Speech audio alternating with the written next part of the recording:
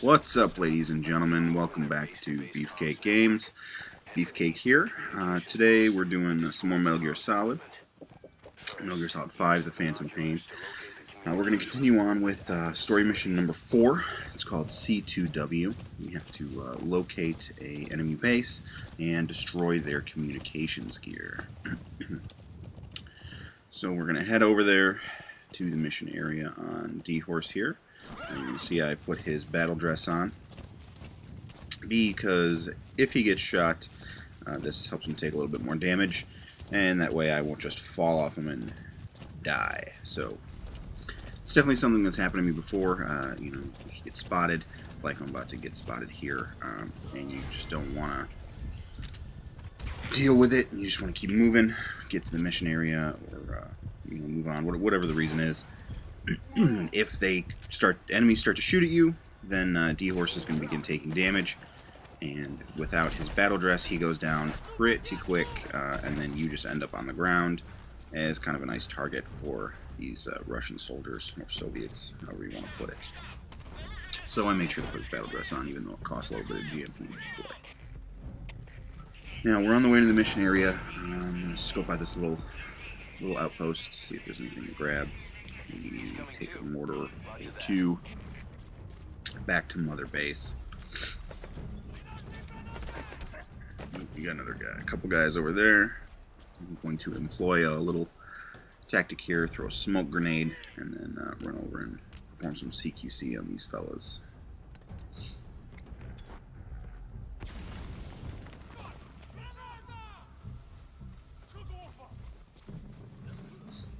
So they can't see nothing. This guy's smarter running out, but it did him no good. And down you go. Put on our night vision goggles so I can see where the other guy is. And he's going to be down for the count as well. Excuse me. A little dry in the throat today, so I apologize for the coughing.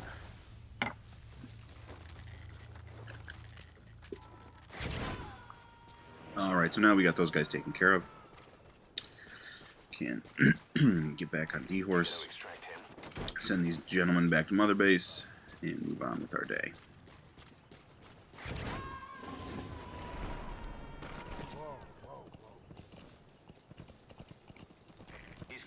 Now, the suit that I'm wearing right now is the Ground Zero sneaking suit.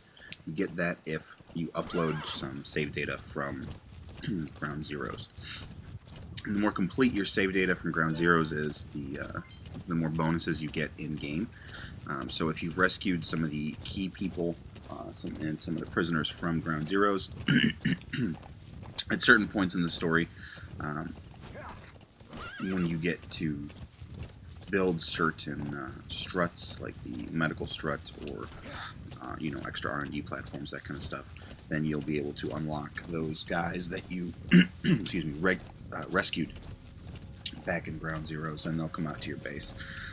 And so, like, I rescued Kojima in one of the missions in Ground Zeroes, and he showed up on my base with an A rank in his in Intel, I think it is, and that's pretty helpful. So if you have played Ground Zeroes and you haven't uploaded your save data yet, I would recommend to do so.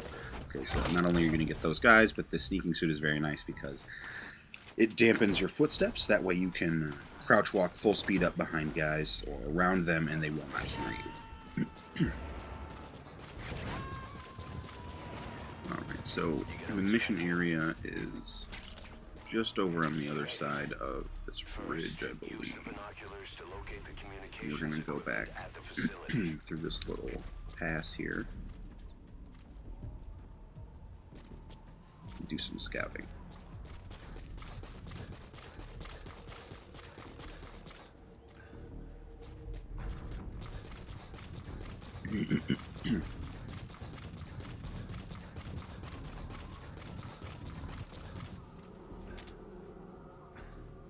And of course there's a couple of wolves, so we're just going to trank them and send them back on the Mother Base. Get a nice little heroism bonus and some extra GP. Some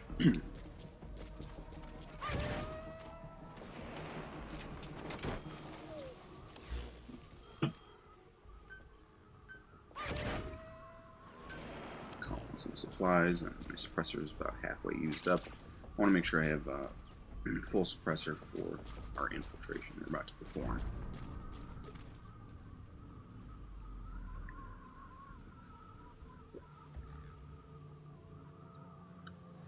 So we call in our supply drop. We're going to wait for that, and then we're going to use the Phantom Cigar to wait until nighttime, because it's just going to make our infiltration that much easier. Guards won't be able to see as well, and we have our night vision goggles in case we need them. That way we're not at any kind of disadvantage.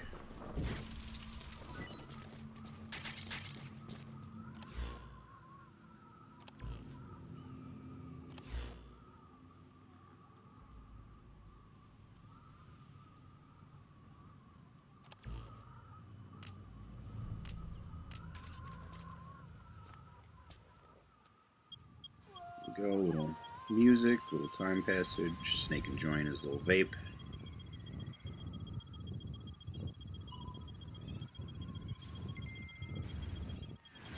I was honestly kind of hoping that we would be able to use Snake's prosthetic arm like Zardanov did, and you know, with the lighter in the thumb in game, because I thought that would just be pretty cool to do. But unfortunately, he's got the electronic cigar, so we can't do that. But still a nice feature. Alright, so here we are at the base. We managed to sneak up behind in this little pass so we can do some scouting, figure out where all the enemy positions are, and see if we can't locate the satellite dishes that we're supposed to destroy. Now there's two ways to complete this mission. You can just blow up the satellites individually. So there's 3 of them. I'm about to mark all 3 of them here. There's the second way is to go into, you actually get into the base, into some of the buildings, and locate the command center.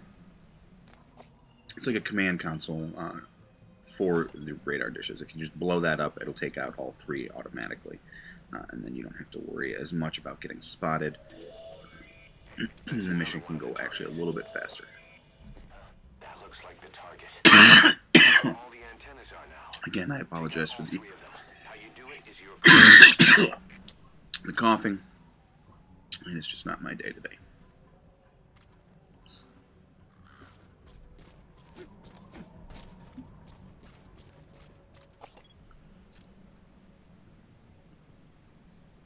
So I gotta say that I can't give any kind of official review of this game, but I have moved a little bit farther in the story. You know, obviously I'll be putting those videos up as I can get them rendered and get the commentary done. But this game is pretty fucking awesome. The stealth is great. It's very hardcore. You know, you have to be really careful and mindful of your surroundings. You know, if you do not meticulously mark everybody, you will miss someone, and they will probably spot you. And things can go to shit real quick. There's a couple of missions where it really just turned into a huge shit show, and I ended up having to kind of get loud and get my ass out of there. This is not one of those missions. I think I was able to pull this off pretty stealthily. But those 2 combat alerts I had earlier are going to bring my rank down, since I had those while I was in the mission area. Alright, so we've located a bunch of soldiers. We're going to see if we can take some of them out, maybe send them back off to Mother Base, and get into the command building and blow up that that control center. Okay, so we just hopped a little window there. There's one guy. Make sure he doesn't spot us. So we're going to take him out.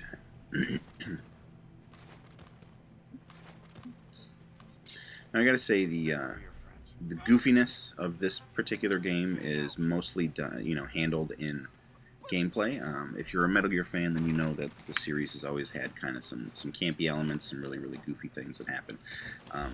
And like I said, a lot of that is done in the gameplay in this one. You know, stuff like kidnapping guys with balloons, you know, taking animals back to your mother base. Those kinds of things are pretty silly, but it works, you know, in the context of this game. I'm a pretty big fan.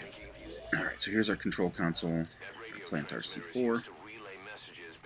Oh no, I'm told that there's a water gun that you can get later in the game that is a way you can silently destroy those consoles because the water fries all the circuits, which is pretty cool. It's not something I found yet, but I'm excited to have that kind of option. You know, the farther you get in this game, the more things you do, the more options you open up for different routes and you know, ways to handle things, which is awesome because the enemies, you know, like I said in the last video, they're going to adapt to your particular strategies depending on what you're doing.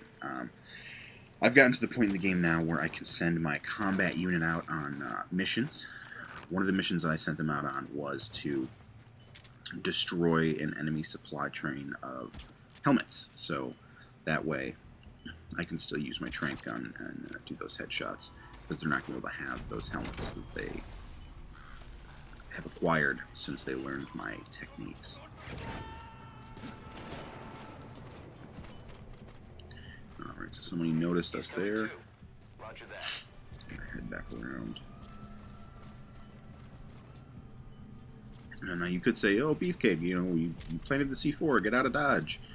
But, you know, this is kind of the Pokemon of Metal Gear, so I gotta catch them all. I'm gonna grab some soldiers here. Gotta pad out Mother Base's ranks.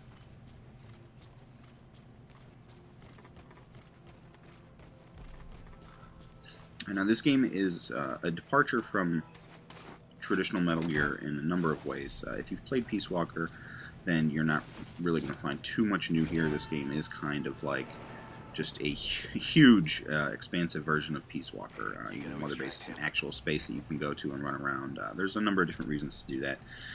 You can find hidden cutscenes and different things when you go to the base after certain amounts of time have passed or certain events have been reached in the story, and that'll unlock different things that you can go and physically do at Mother Base, depending on, you know, where you're at and what you've done, which is pretty cool. And those things get more interesting as the game goes on. There is a cutscene that I found with a particular character that really surprised me and kind of blew my mind. I think I recorded that, so we'll put that up. I will definitely mark it with spoilers because it is a heavily spoilery cutscene. But spoilers are going to be kept to a minimum in this particular video.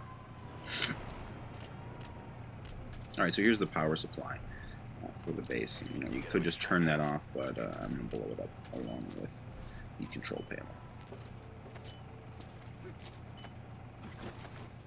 Or I'm going to try. I actually don't know if that'll work. If you can blow those up, we'll see. So we're going to send this guy back on out to Mother Base. See you later. Thanks for playing. I've also discovered some pretty awesome things that you can do with that cardboard box, so I'll definitely be showing some of those in later videos. You can find posters which you can plaster onto it, and I didn't realize that you could, you know, do your jump slide in the box, to slide in the box, or to jump out of it, depending on, you know, your positioning when you perform the action. Alright, go to sleep. We're going to send you back to Mother Base as well. So at this point, I can't send back mortars and gun emplacements, that kind of stuff. Oh, there's a poster. So that was a saluting soldier. If we put that on our box, we can stand up and the box will unfold, and there will be a picture of a soldier saluting on it, and we can use that to trick soldiers into saluting us and then, you know, take them out one way or another. Alright, so we're going to send this guy back as well. And now that we caught them all, I think it's about time for us to get out of Dodge. You got to extract him.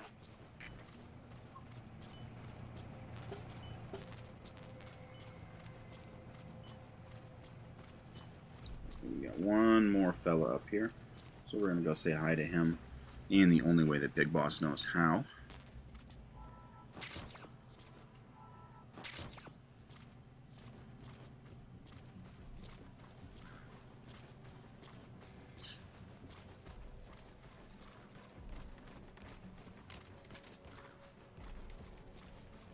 And I gotta say, the graphics and the lighting in this game, and just the smoothness that it runs. You know, I haven't had any frame rate hiccups.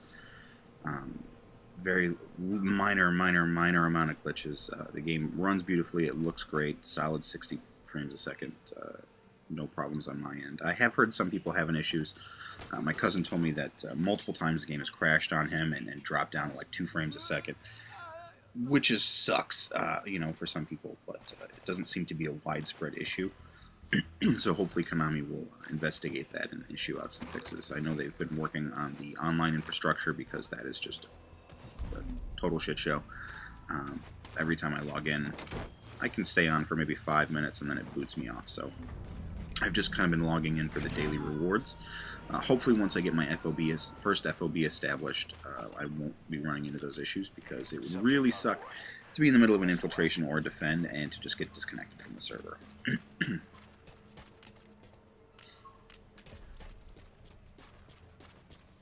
Alright, so we equip our C4 so that we can blow those bricks we placed earlier.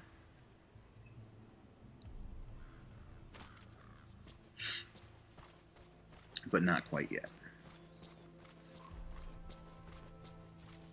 We got one more Poké Soldier here, and he looks like he is just itching to come serve Big Boss back at Mother Base, so we're going to help him out with that.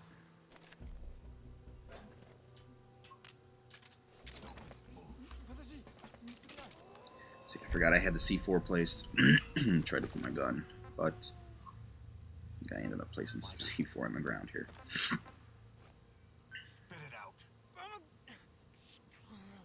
Alright, nice little interrogation. And I think the soldier that he told me about may have been somebody that I already kidnapped. Now, a cool feature that I realize you can do is when you are using your int scope and checking things out, if you happen to find a soldier who has really good stats and you want to make sure that you at least get that one guy, you can actually place a marker on that soldier from your scope. So if you hit L2, it'll throw a marker down on top of that particular soldier. That way, even when you're moving around, you can easily say, oh, okay, here, there's the guy that I wanted, and go get him whenever it suits you. And that's something that I'm going to show off in a later video after I had realized that it was something that I could do.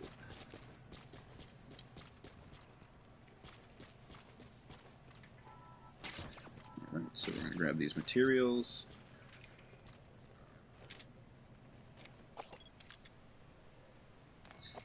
And later on, when you get an upgraded Fulton, you can actually Fulton those cargo containers back there.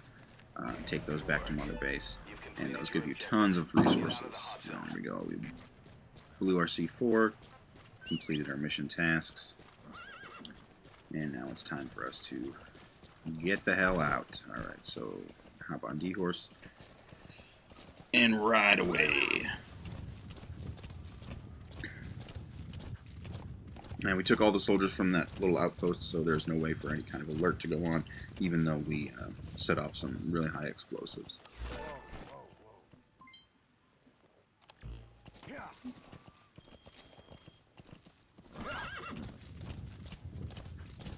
That's it. You've made it out of the hot zone. No sign of the enemy. Mission complete, boss. Now, like I said earlier, this game is a lot different from other Metal Gears. So there's not as many cutscenes, and the ones that are there are not really overly long, like most of us may be used to. But there are always going to be some cassette tapes that you'll get that will kind of fill out the background information of anything you may need to know. Alright, so here we have our mission complete screen. I did not do so well. Got the C rank, codename chick. makes me feel like a pretty stealthy guy, I guess. Not really. We got our total GMP accruement, heroism, and of course the end credits for the mission. I find it kind of annoying that there's credits before and after each mission. I mean, it's cool, you know, it's episodic. If you're only playing like one mission a day, then it's not a big deal. But if you try to play like 3 or 4 missions back to back, it does get a little bit annoying. So thankfully, you can skip that stuff. To bring a greater number of people on board, we'll need to expand our facilities. To that end, I've created a base development unit. It has 2 roles: material refinement and platform construction. I'll start with the material refinement part. The base development unit procures material resources on a regular basis according to its level. The materials are stored in containers and placed on the deck of Mother Base. Once they're finished being processed, they can finally be put to use. By using these materials to build new platforms, we'll be able to add a greater number of staff to our ranks. We don't need any specific instructions from you to refine the materials, but I want you to be the one to decide how we construct platforms. Once we have sufficient GMP and the required material resources, you can issue construction orders from your iDroid. Alright, so now we've learned about creating new platforms. Oh, there's our nice Kojima. These are Intel operative. Yeah, he's got S-rank in Intel, so that's pretty good. So these are some of the guys that I was talking about earlier that I got from beating Ground Zeroes and importing that save. So now that we can build new platforms, that means we can house more soldiers per unit. Our units will be beefed up, you know, depending on how many platforms we build for those particular units. So I think the first one that I did was a new R&D unit platform, so that I could upgrade that unit a little bit and make some new gear. Okay, so this guy's a counselor. I don't remember what that skill does. I think it's something to do with morale or helping the other soldiers out in some way. I can't really remember. So that's our recruitment screen. Those are all the guys that we captured throughout the mission.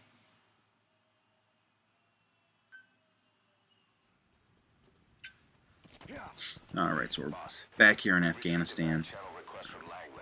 Mission complete. Question is, what do we do now? So now, we're going to kind of actually go right back to that base we just escaped from and do a little side op to extract a prisoner. And these prisoner extractions can be cool because you're going to get some soldiers, some prisoners. They're going to have skills, so it may be good to get somebody with new skills so that you can do different things, because you do need soldiers with certain skills to develop certain pieces of gear, like to get D-Horse's next upgrade for his battle dress and an electro-spinning specialist. So once I find one of them, then I can develop some more gear for D-Horse. I believe you also need that for developing new bionic arms and stuff.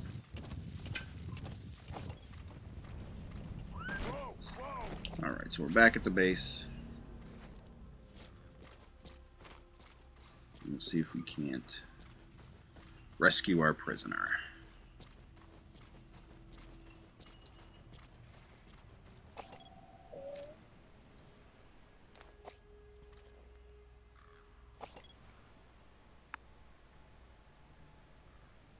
So once again, we're scoping out the base, making sure we locate all the soldiers.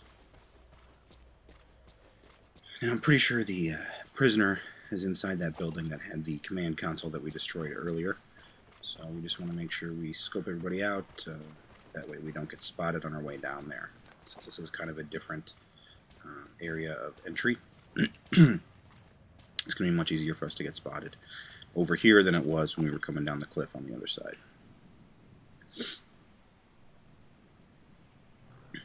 There's one guy over there. He's got a couple of pretty good stats. Well, pretty good as far as this point in the game goes.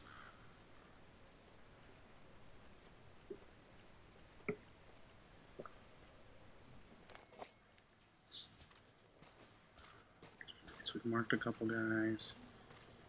We're going to do a little hold up here. Oh, looks like we missed somebody.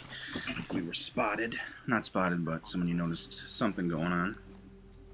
I'm going to tell that guy to get down. That way they don't see him.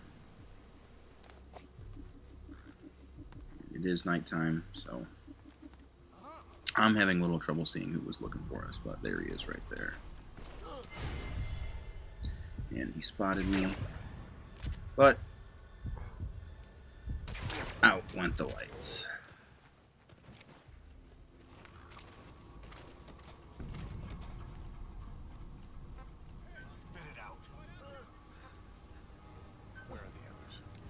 So now we got a sandstorm coming our way. It's going to help give us a little bit of cover. We want to make sure we knock that guy out, so when we Fulton him, he doesn't go screaming. See, this guy noticed somebody went down over here, so we'll just take him out as well. It's just going to be a little bit more difficult because of the sandstorm. If you notice, my reticle's moving a lot because of the wind.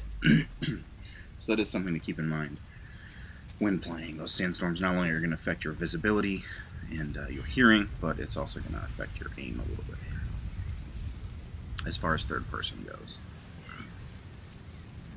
Alright, so that guy that we held up earlier, he gave us the exact location of the prisoner. This guy thought he saw us, but we're too quick for him. And down he goes. Alright, so there's our prisoner in there.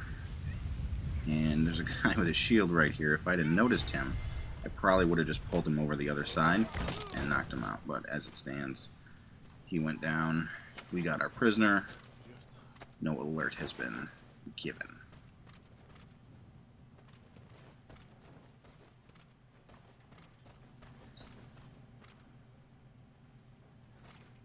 So we've only got the one way out. Now I could have just thrown him over the window, but I chose to go around, which is fine, I guess.